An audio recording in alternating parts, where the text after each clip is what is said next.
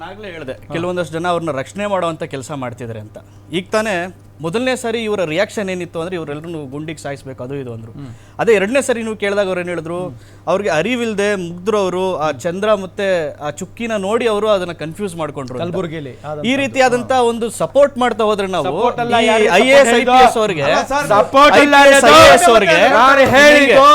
ಒಬ್ಬ ಹೆಂಗ್ಸು ಅದು ಎತ್ತಾ ಇದ್ರೆ ಒಬ್ಬ ಮುಸಲ್ಮಾನ್ ಬಂದು ಒಂದ್ ಹೆಂಗ್ಸಲ್ಲ, ಅದು ಪಾಕಿಸ್ತಾನ ಇವರಿಗೆ ಈ ದೇಶದ ಕಾನೂನು ಮೇಲೆ ಇವರಿಗೆ ಇದು ಕಲ್ಮಾ ಇದು ಬೇಡ ಅಂತ ಹೇಳಿದ್ದು. ಈ ದೇಶದ ಕಾನೂನು ಮೇಲೆ ಇವರಿಗೆ ನಂಬಿಕೆ ಇಲ್ಲ, ಈ ದೇಶದ ಪೊಲೀಸ್ ಸ್ಟೇಷನ್ ಮೇಲೆ ಭಯ ಇಲ್ಲ. ಪಾಕಿಸ್ತಾನದ ಮನೆ ಗೊತ್ತಿಲ್ಲ. ನಾವು 2020 ನೋಡಿದ್ವಿ ಪಾದ್ರಾಯನ್ಪುರದಲ್ಲಿ ಏನ್ ಘಟನೆ ಆಗಿತ್ತು ಅಂತ. ನೋಡಿ ನಿಮ್ಮಂತವ್ರು ನಿಮ್ ಜೈಶಾ ಅಂತ ನಿಮ್ಮಂತವ್ರು ನಿಮ್ಮ ಬ್ರದರ್ ಜೈಶಾ ಅಂತ ಮಧ್ಯಪ್ರದೇಶ MP ಒಬ್ಬ ಅವ್ರು ಹೇಳ್ತಾನೆ ತಂಗಿ ಅಂತ ನಾಚಿಕೆ ಬರ್ಬೇಕು ನಿಮ್ಗೆಲ್ಲ, ನಿಮ್ಗೆ ನಾಚಿಕೆ ಬರ್ಬೇಕು. ತಂಗಿ ಅಂತ ಹೇಳ್ತಾ ಇದ್ದಾರಲ್ಲ ಅಂತವ್ರಿಗೆ ಏನ್ ಮಾಡ್ತೀರಾ ನೀವು? ಅಂತವ್ರಿಗೆ ಏನ್ ಮಾಡ್ತೀರಾ?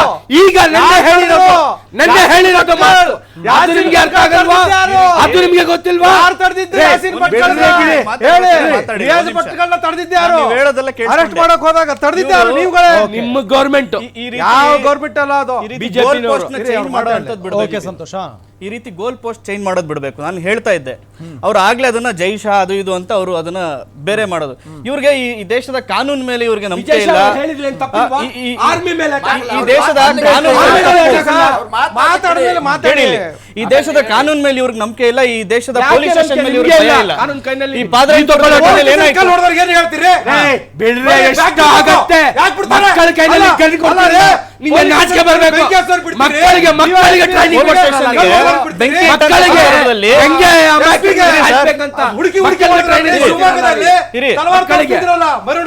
ಪೊಲೀಸ್ ಸ್ಟೇಷನ್ಗೆ ಬೆಂಕಿ ಹಚ್ಚಿದವ್ರನ್ನ ಶಾಸಕರು ಹೋಗಿ ಹೂನಾರ ಹಾಕಿ ವೆಲ್ಕಮ್ ಮಾಡ್ಕೊಂಡು ಕರ್ಕೊಂಡ್ ಬರ್ತಾರೆ. ಈ ರೀತಿಯಾದಂತ ಸಪೋರ್ಟ್ ಮಾಡ್ತಾ ಇದ್ರೆ ಅವ್ರಿಗೆ ಭಯ ಎಲ್ಲಿ ಬರುತ್ತೆ? ನೋಡಿ, ಗೋಲ್ ಪೋಸ್ಟ್ ಚೇಂಜ್ ಮಾಡುವಂತ ಕೆಲಸ ಮಾಡಬಾರ್ದು. ಈ ರೀತಿ ವಿಷಯಾಂತರ ಮಾಡಿದ್ರೆ 14 ಜನ ರೇಪ್ ಮಾಡ್ತಾರೆ. ಅವ್ರು ಜೈಲಿಂದ ಆಚೆ ಬಂದ್ರೆ ನಾನು ಮೊದಲೇ ಹೇಳ್ಬಿಟ್ಟು ಸರ್, ನಾನು ಮೊದಲೇ ಹೇಳಿದೀನಿ ಟಾಪಿಕ್ ಡೈವರ್ಷನ್ ಇಲ್ಲಿ ದೇಶದ್ರೋಹಿಗಳ ಬಗ್ಗೆ ಮಾತಾಡ್ತಾ ಇದೀವಿ. ದೇಶದ್ರೋಹಿಗಳ ಬಗ್ಗೆ ಮಾತಾಡ್ತಾ ಇದೀವಿ. ದೇಶದ್ರೋಹಿಗಳು ಮಾತಾಡಿದಾಗ ವಿಷಯ ಅವರು ಬಂದಾಗ ಹನುಮೇಗೌಡ್ರೆ ಅವ್ರಿಗೆ ಕೌಂಟರ್ ಕೊಡಿ. ಹನುಮೇಗೌಡ್ರೆ, ಪಾಕ್ ಪರ ಘೋಷಣೆ ಕೂಗೋದಾಗಿರ್ಬೋದು, ಮೋದಿ ಮೇಲೆ ಬಾಂಬ್ ಹಾಕಿ ಅನ್ನೋದಾಗಿರ್ಬೋದು, ಪಾಕ್ ಪರ ವಿಡಿಯೋ ಮಾಡೋದಾಗಿರ್ಬೋದು, ಇದೆಲ್ಲ ಮಾಡ್ತಾ ಇರೋದು ನಮ್ಮ ಭಾರತದ ಅನ್ನ ತಿಂದು ನೀರು ಕೊಡೋದು ಇಲ್ಲೇ ಸಾಯುವಂಥ ಜನ. ಯಾಕೆ ಇವ್ರಿಗೆ ಪಾಕಿಸ್ತಾನದ ಮೇಲೆ ಇಷ್ಟೊಂದು ಪ್ರೀತಿ ಬರ್ತಾ ಇದೆ? ಮೇಲೆ ಮೇಲೆ ಮೇಲೆ ಅವ್ರಿಗೆ ಬೆಂಬಲ ಏನಾದರೂ ಸಿಗ್ತಾ ಇದೆಯಾ? ಏನಾಗ್ತಾ ಇದೆ ಅಂತ ಭಾರತದಲ್ಲಿ? ಇದ್ರ ಬಗ್ಗೆ ನಾನು ಹೆಚ್ಚಿಗೆ ಏನು ಹೇಳಲಿಕ್ಕಾಗಲ್ಲ. ಯಾಕೆ ಹೇಳಲಿಕ್ಕಾಗಲ್ಲ ಅಂತ ಹೇಳಿದ್ರೆ, ನಾನು ಅವ್ರನ್ನ ಶತ್ರುಗಳು ಅಂತ ನನ್ನ ಇದರಲ್ಲಿ ಇಟ್ಕೊಂಡ್ಬಿಟ್ಟಿದ್ದೀನಿ. ಹಾಗಾಗಿ ಅದನ್ನ ಹೆಚ್ಚು ವಿಶ್ಲೇಷಣೆ ಮಾಡಲಿಕ್ಕೆ ಹೋಗಲ್ಲ, ಮಾಡಲೇಬೇಕು.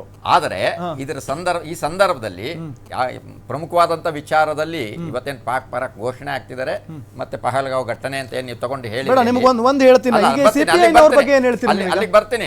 ಅಲ್ಲಿಗೆ ಬರ್ತೀನಿ. ಕೆಲವೊಮ್ಮೆ ಏನಾಗುತ್ತೆ ಅನ್ನೋದಕ್ಕೆ ಪಾಕ್ ನೀರು ಬಿಟ್ಟಿರೋದಕ್ಕೆ ಸಂಬಂಧಪಟ್ಟಾಗೆ ಅಲ್ಲಿ ಪಾಕಿನಿಗೆ ಸಹಕರಿಸಿ ಅಂತ ಹೇಳಿ ವೆಸ್ಟ್ ಬೆಂಗಾಲ್ನಲ್ಲಿ ಹೇಳಿದರು ಅಂತ. ಇದಕ್ಕೆ ಸಂಬಂಧಪಟ್ಟಾಗೆ ನಾನೊಂದು ಸಣ್ಣ ಇದನ್ನು ಯಾವುದೇ ನಿರ್ಣಯಗಳನ್ನು ತಗೊಂಡ್ರೆ ಆ ನಿರ್ಣಯಗಳನ್ನು ಯಥಾವತ್ತು ಟೈಮ್ ಇಲ್ಲ ಸರ್, 2 ನಿಮಿಷ ಇದೆ, ಚಿಕ್ಕದಾಗಿ ಹೇಳ್ಬಿಡಿ. ಆದರೆ ಈ ಹಿಂದೆ 19ರಲ್ಲೂ ಕೂಡ ಸಿಂಧು ನದಿ ನೀರನ್ನು ತಡೆದಿದ್ರು, ಆದರೆ ಯಾವಾಗ ಬಿಟ್ಟರು ಗೊತ್ತೇ ಆಗಲಿಲ್ಲ. ಅದೇ ರೀತಿಯಲ್ಲಿ ಈಗ ಆಗಬಾರ್ದಿತ್ತು, ಮಾಡಿರೋದನ್ನ ಅದನ್ನು ಕಟ್ಟಾಗಿ ಪಾಲಿಸಿದಂತೆ ಇರಬೇಕಾಯ್ತು. ಇದು ಹೇಳಿ ಕೇಳಿ ಬೇಸಿಗೆ ಹೇಳಿ ಒಂದ್ ನಿಮಿಷ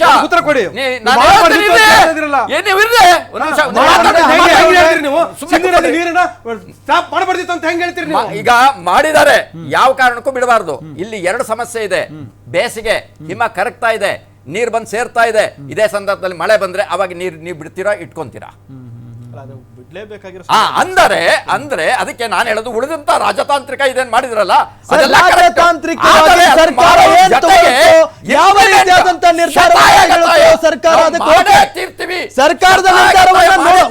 ಗೌರವಿಸೋಣ.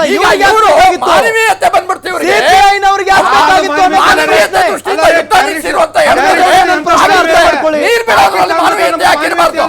ನೀರ್ ಬಿಡೋದ್ರಲ್ಲಿ ಯಾಕೆ ಮಾನವೀಯತೆ ಇರಬಾರ್ದು? ನಾನೇನಾದ್ರೂ ಹೇಳಿದ್ರೆ ಗಂಟ್ಲು ಹಚ್ಕೊಂತಾರೆ ಈ ಮನುಷ್ಯ, ಅದಕ್ಕೆ ಕೇಳಬಾರ್ದು. ಅಂದರೆ ನಾನ್ ಮಾಡಿದ್ದೀನಿ, ಅವ್ರು ನಾನ್ ಕಮ್ಮಿ ಮಾಡಿದ್ದೀನಿ, ನಿಷ್ಠೆ ನೀನ್ ಇರೋ. ಬಂದಿಲ್ಲ ಇನ್ನ. ಇವೆಲ್ಲ ಅವ್ರೇನೆ.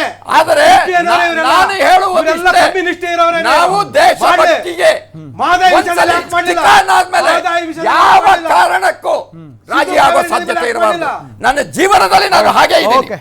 ನನ್ನ ಜೀವನದಲ್ಲಿ ನಾನು ಹಾಗೆ ಓಕೆ ಇದ್ದೀನಿ. Okay thank you